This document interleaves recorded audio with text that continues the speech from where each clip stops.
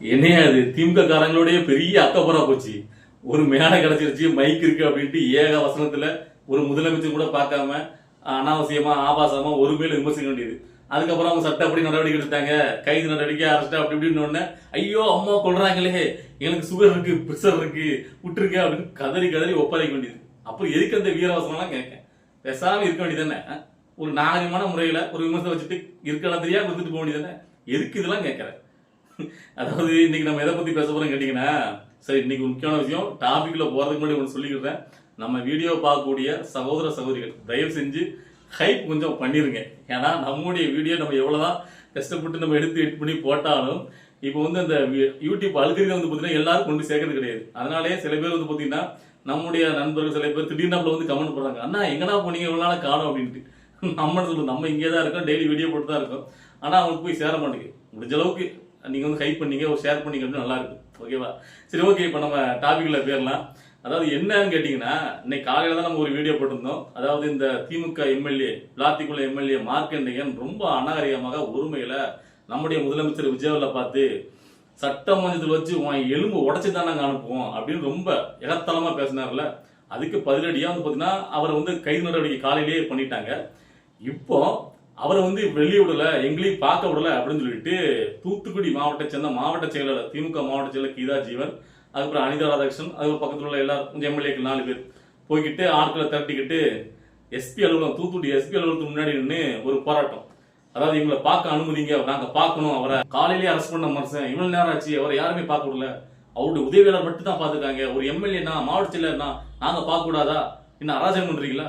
அந்த மனுஷன் உடம்பு சரியில்லாத மனுஷன், அவருக்கு ஆல்ரெடி பாத்தீங்கன்னா பிரஷர் இருக்கு, சுகர் இருக்கு. அதுல பக்கத்துல அனிதா ராதாகிருஷ்ணன், ஏதாவது லாக்அப் டெத் மாதிரி பண்ண போறீங்களா? இது பண்ணாலும் பண்ணுவாங்க. அதாவது என்ன கூட இப்படிதான் கைது பண்ணும்போது இந்த டிஜிபி தான் பாத்தீங்கன்னா இடுப்பு பிடிச்சி இழுத்தாரு, இடுப்பு பிடிச்சி இழுத்தாங்களா அவரை. அதாவது ரொம்ப அராஜ போக்காவது காவல்துறை வந்து ரொம்ப வந்து பாத்தீங்கன்னா அராஜமா எடுத்துக்கிறாங்க, நீங்க எத்தனை பேரை கைது பண்ணுவோம் அப்படி எப்படின்னு சண்டை போடுறாரு. என்ன சுட போறியா, சுட்டு தள்ளு அப்படிங்கிறது. அதாவது நல்லா புரிஞ்சுடுங்க, திமுக உள்ள மத்த எம்எல்ஏக்கள் அமைச்சிருக்கல அனிதா ராதாகிருஷ்ணன் பார்த்து நீங்களும் பாத்தீங்கன்னா அதே மாதிரி நம்மளும் பாத்தீங்கன்னா நமக்கு எல்லாம் நடக்கும் அப்படி நினைக்காதீங்க. அனிதா ராதாகிருஷ்ணன் சரியான ஒரு தில்லாலங்கடி பேர் வழி, அவரு எஸ்ஐட்டு ஓடிடுவார். இன்னைக்கு ஓடினார்ல, அதாவது பாத்தீங்கன்னா போராட்டம் பண்றேன் அப்படி பண்றது மக்கள் எல்லாம் திரட்டிட்டு வந்து திமுக காரங்க திரட்டி வந்து எஸ்பி வந்து முன்னாடி போராட்டம் பண்ணிட்டு கைது அப்படின்னு உடனே போலீஸ்காரங்க அவங்களை வந்து பாத்தீங்கன்னா அரசு பண்றதுக்கு பாய்ஞ்ச உடனே மீண்டும் அனிதா ராதாகிருஷ்ணன் எங்க நம்மள வந்து கைது பண்ணிடுவாங்களோ அப்படிங்கிற பயத்துல ஐயோ எனக்கு வந்து மயக்க வருது அப்படின்னு சொல்லிட்டு அவர் தனியா கார்ல ஏறி எஸ்கேப் போயிட்டார், நான் வந்து ஆஸ்பத்திரி போறேன் அப்படின்ட்டு.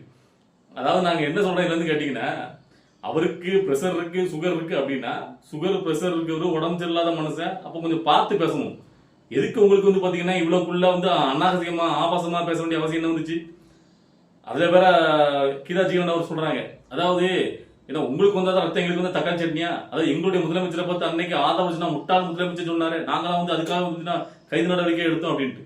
நான் கேட்கிறேன், ஒரு முதலமைச்சரை பார்த்து முட்டாள் முதலமைச்சர் அப்படின்னு விமர்சிக்கிறதும், முதலமைச்சரை சட்டமன்றத்தில் வச்சு நான் எலும்பு உடச்சு அனுப்பிடுவோம் அப்படின்னு சொல்றதுக்கு ரெண்டுக்கும் வித்தியாசம் இல்லையா? என்னமா பேசுறீங்க?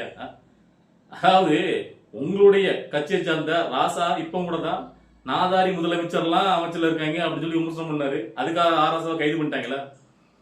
அதாவது ஒரு விமர்சனம் வைக்கிறதுக்கும் ஒரு வரமுறை இருக்கு. அதாவது நீங்க அரசியல் ரீதியா என்ன மாதிரியான விமர்சனம் வச்சாலும் அது கடந்து தான் போயிட்டு இருக்கும். நீங்க வந்து ஏகப்பட்ட விமர்சனம் வச்சிட்டு இருக்கீங்க, தற்கொலை அது இதுன்னு என்னெல்லாம பேசுறீங்க, அதுக்கெல்லாம் உங்க மேல கைது நடவடிக்கை எடுக்கல. ஆனா ஒரு முதலமைச்சரை பார்த்து எலும்பு உடைச்சிருந்தா சட்டமன்றத்தில் வச்சோம்னா யார் பார்த்துட்டு இருப்பா?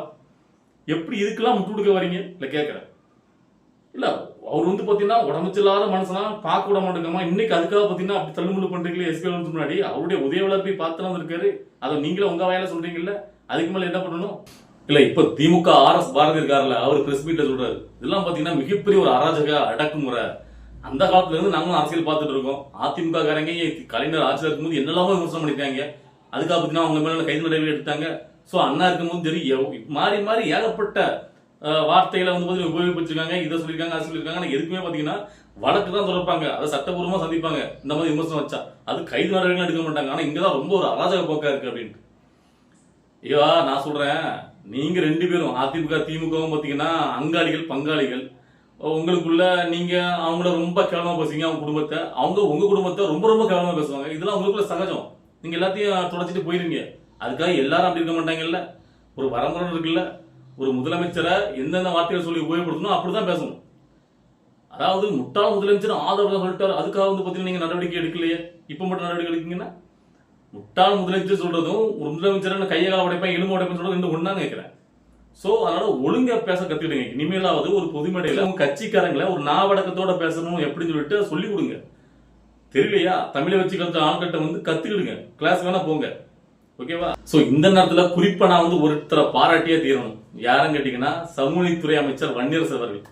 ஏன்னா இந்த மார்க்கண்டேயன், திமுக எம்எல்ஏ மார்க்கண்டேயன் இவ்வளவுக்குள்ள ஒருமையில ஆபாசமாக சட்டமன்றத்தில் வச்சு எலும்பு உடைச்சிருவேன் அனுப்பிடுவேன் அப்படின்னு சொன்னதுக்கு பதிலடியாக தமிழை வச்சுக்கிறது சார்பாக உள்ள அமைச்சர்கள் எம்எல்ஏக்கள் யார் கூட திருப்பி ஒரு சூடா ஒரு பதிலடி கொடுத்த மாதிரி நான் பார்க்கல. ஓகேவா? ஆனா அமைச்சர் வன்னியரசு அவர்கள் பாத்தீங்கன்னா பதிலடியா எல்லாருக்கும் எலும்பு இருக்கு அப்படின்னு ஒரு பதிலடி, ஒரு தக்லைஃபா கொடுத்துருந்தாரு.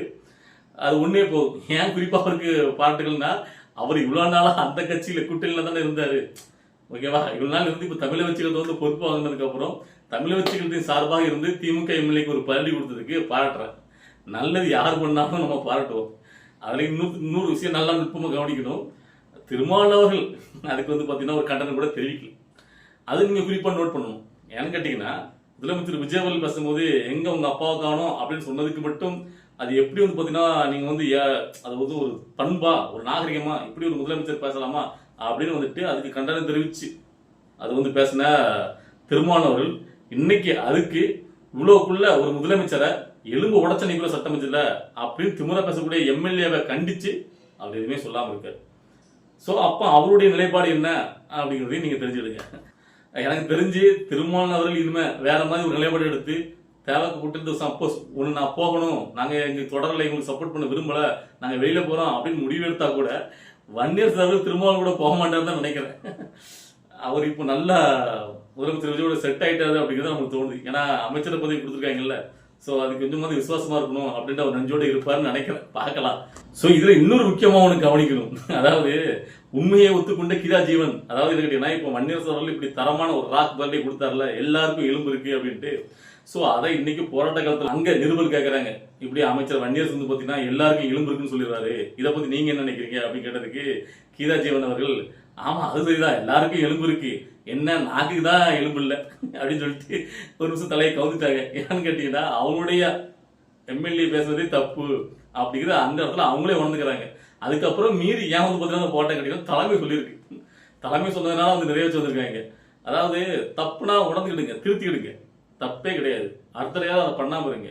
விமர்சனம் யார் வேணாலும் பண்ணலாம், தப்பே கிடையாது. ஆனா நாகரிகமான முறையில பண்ணுங்கிறதா நாம சொல்லிட்டே இருக்கோம். சரி, ஓகே. இப்ப நம்ம இந்த டாபிக்ல வரலாம். அதாவது கனிமொழி அவர்கள் கண்டனம் தெரிவிச்சது, அப்புறம் கீதா ஜீவன் அனிதா ஜீவன் போராட்டம் பண்ணது, இதெல்லாம் நம்ம பார்த்தோம். ஆனா அவருடைய தலைவர் அவங்க வந்து பாத்தீங்கன்னா ஒரு கண்டனம் தெரிவிச்சிருக்காங்க, அதையும் பார்க்கணும்ல. என்ன கேட்டீங்கன்னா மு.க. ஸ்டாலின் அவர்கள் இப்போ மார்க்கண்டேயன் அவர்களை கைது பண்ணதுக்கு இது என்ன சட்டத்தின் ஆட்சியா சாத்தானின் ஆட்சியா? உங்களுடைய எம்எல்ஏக்கள் என்னென்ன தப்புலாம் பண்ணிருக்காங்க, அதுக்கெல்லாம் கைது நடவடிக்கை எடுத்தீங்களா? மைதானத்துல வச்சுட்டு மாத்திரைய அவர் மாவாக்குனார, அதுக்கு வந்து கைது பண்ணல. உங்க ஸ்ரீவண்டத்துல ஒரு எம்எல்ஏ வந்து பாத்தீங்கன்னா பாலியல் இதுல மாட்டிருந்தார, அவரு மேல கைது நடவடிக்கை பாயல. சோ இங்க வந்து பாத்தீங்கன்னா உங்களை விமர்சா மட்டும் உடனே கைது நடவடிக்கையா? என்ன உங்க கையில காவல்துறையினால உங்க இஷ்டத்துக்கு பயன்படுத்துறீங்களா அப்படி இப்படின்னு ஏகவசனத்துல அவர் கண்டனம் தெரிவிச்சிருக்காரு. நான் என்ன சொல்றேன் கேட்டீங்கன்னா, மு.க. ஸ்டாலின் அவர்களே, சாத்தானின் ஆட்சி முடிஞ்சிச்சு, இதுதான் சட்டத்தின் ஆட்சி, அதனாலதான் சட்டத்தின் படி நடவடிக்கை எடுக்காங்க. இதே இது உங்களுடைய ஆட்சி இருக்கு. இப்போ உங்களை நீங்க முதலமைச்சரா இருக்கும்போது இப்படி எதிர்கட்சியில இருந்து யாராவது ஒருத்தங்க இப்படி சொல்லியிருந்தாங்க அப்படின்னா இந்நேரத்துக்கு உங்க கட்சியை சார்ந்த தடியெல்லாம் அவங்கவுங்க ஒரு கூட்டமா போயிட்டு இந்நேரத்துக்கு அவர் வீட்டுக்கு முன்னாடியும் பயங்கரமா சூழ்ந்துக்கிட்டு இன்னைக்கு ஒரு மிகப்பெரிய ஒரு போராட்டத்தை ஒரு கலவரமா நடத்திருப்பீங்க. அங்கங்க பாத்தீங்கன்னா அவருடைய உருவமை எரிக்கிறது அப்படி இப்படின்னு இன்னைக்கு பயங்கரமா ஒண்ணு பண்ணிருப்பாங்க. ஆனா முதலமைச்சர் விஜய் அவர்கள் அதை அவங்க கட்சிக்காரங்களை அடக்கி வச்சிருக்காரு. எல்லாமே இளைஞர்கள், ஒரு வார்த்தை இதுக்கு பதில் கொடுக்கலையா? நல்லா நீங்க பாக்கணும். அவரு இதுக்கு சட்டப்படி நடவடிக்கை எடுப்போம் அப்படின்னு சொல்லிட்டு சட்டப்படி நடவடிக்கை எடுத்திருக்காரு. புரியுதுங்களா? இதே தெரிஞ்சிருக்கும் எது சட்டத்தின் ஆட்சி எது சாத்தானின் ஆட்சின்னு. மக்கள் புரிஞ்சுக்கிட்டு தான் சட்டத்தின் ஆட்சியை கொண்டு வந்திருக்காங்க. என்ன சொல்றீங்க? அதாவது மைதானத்தை வச்சு மாவு அரைச்சாரு, அவர் வந்து பாத்தீங்கன்னா ஏன் வந்து பாத்தீங்கன்னா கைது பண்ணலன்னா, மைதானத்துல வச்சு அவரு மாத்திரை தான் முழுக்கினாரு. அது எந்த மாத்திரைன்னு இன்னும் உங்களால ப்ரூவ் பண்ண முடியாது. உங்களால ப்ரூவ் பண்ண முடியுதா? அது பண்ணதுமே உங்களுடைய ஆட்சி காலத்துல தான். இந்த ஆட்சி 2026 முதலமைச்சர் விஜய் பொறுப்பு வந்ததுக்கு அப்புறம் அவர் மைதானத்துல போய் முழுக்கல. சோ உங்க ஆட்சி காலத்துல தான் இருந்துச்சு. அப்பவே வீடியோ எடுத்து வெளியிட்டாங்கல்ல, முடிஞ்சா நீங்க அதை ஆராய்ச்சி பண்ணி கண்டுபிடிச்சிட வேண்டியதானே?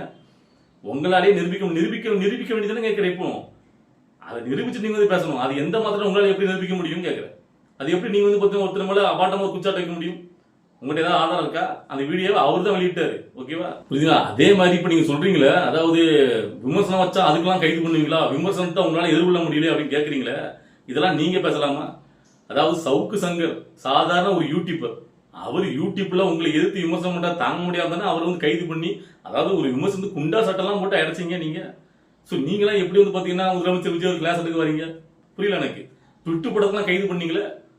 ஸோ இப்படிப்பட்ட நீங்க வந்து பாத்தீங்கன்னா எத்தனை பேரை யூடியூபரை கைது பண்ணீங்க? வெளிசிறால இருந்து அந்த யூடியூபர் நேதாஜி கட்சி வரதராஜ் எல்லாரையுமே, ஸோ எல்லாருமே கைது பண்ணி உள்ள போட்டீங்கல்ல. ஸோ நீங்க வந்து இன்னைக்கு வந்து பாத்தீங்கன்னா பெருந்தன்மை, அது வந்து பாத்தீங்கன்னா அது வந்து கருத்து சுதந்திரத்துக்கு எதிராக இருக்கு, அப்படி இருக்கு இப்படி இருக்கு அடக்குமுறை சொல்றதெல்லாம் சிரிப்பு தான் வருது. ஸோ மக்கள் நீங்களே பார்த்துட்டு இருக்கீங்க, இவங்களுடைய பேச்சுக்கெல்லாம் நீங்களே ஒரு தரமான பதிலடியை என்ன கொடுக்கணும்னு நினைக்கிறீங்களோ அதை நம்மளுடைய கமெண்ட்ல கொடுத்துட்டு போங்க. ஓகேவா? ஸோ அடுத்தடுத்த கட்ட அரசியல் நிகழ்வு பார்த்து நம்மளுடைய வீடியோ வரும், வெயிட் பண்ணுங்க.